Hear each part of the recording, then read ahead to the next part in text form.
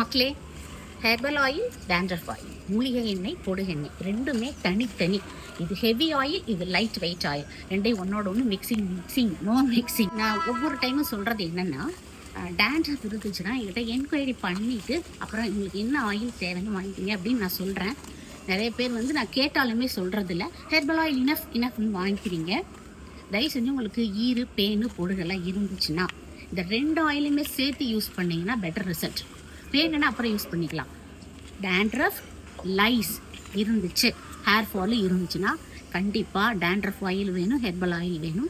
வாட்ஸ்அப்பில் என்னை காண்டாக்ட் பண்ணுங்கள். உங்களுக்கு டெமோ வீடியோஸ் எல்லாமே கிளியராக உங்களுக்கு எக்ஸ்பிளைன் பண்ணுறேன். அதுக்கப்புறம் நீங்கள் ஆர்டர் ப்ளேஸ் பண்ணிக்கிங்க.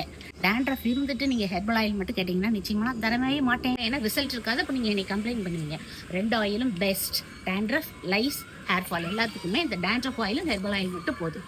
ஆயில் புக்கிங் டீட்டெயில்ஸ் ஃபஸ்ட் கமெண்ட்டில் பின் பண்ணிக்கிறேன். Stay healthy.